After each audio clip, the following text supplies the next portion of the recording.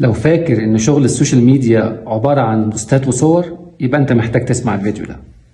اهلا بيكم في سلسلة بتشتغل ايه. النهاردة هكلمك عن وظيفة السوشيال ميديا سبيشالست. قبل ما اكلمك عن الوظيفة خليني بس افكرك بنفسي. انا اسمي اشرف الحسيني، ديجيتال ماركتنج واي كوميرس كونسلتنت وبزنس اند كارير كوتش.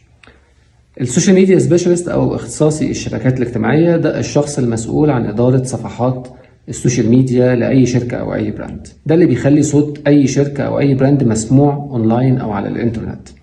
عشان تبقى سوشيال ميديا سبيشالست أنت محتاج إنك تبقى عارف أو ملم ببعض الأمور، زي مثلا كتابة المحتوى، وزي إن أنت يكون عندك إبداع بصري أو رؤية فنية تسويقية، إن أنت قادر تكوميونيكيت أو تتصل مع الناس، فقادر إن أنت ترد رد كويس، وقادر إن أنت تتكلم باكتر من تون، قادر تتكلم مره فورمال، قادر مره تتكلم مره باسلوب فاني، قادر مره تتكلم باسلوب فكاهي شويه او حتى تراجيدي في بعض الاحيان.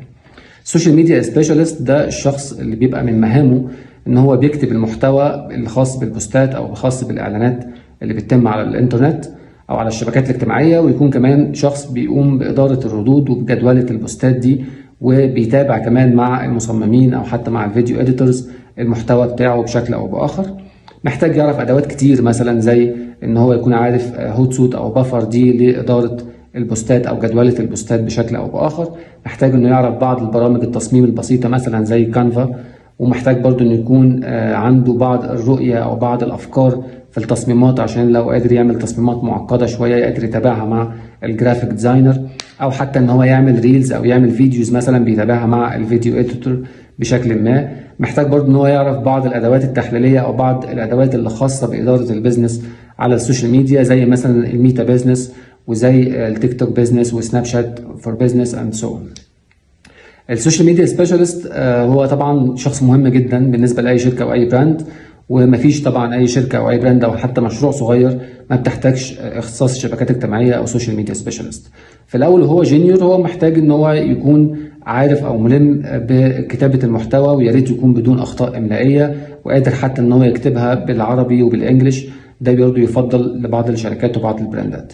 وقادر ان هو يجدول البوستات دي بشكل ما، وقادر ان هو يتابع الشبكات الاجتماعيه ويرد على العملاء او ما الى اخره. من مرحله الجونيور للسينيور اللي هو مثلا على الاقل يكون عنده 4 سنين خبره او حتى اب تو 5 سنين خبره، ده بيبقى شخص شويه اضافه للمهام السابقه، يكون قادر ان هو يعمل اعلانات على السوشيال ميديا، حتى لو اعلانات بشكل بدائي، مش زي مثلا مهنه اختصاص الاعلانات او الميديا باير. من الخمس سنين لحد 7 سنين او 10 سنين دي مرحله طبعا المانجيريال ليفل او السوبرفيجن، ان هو بيبقى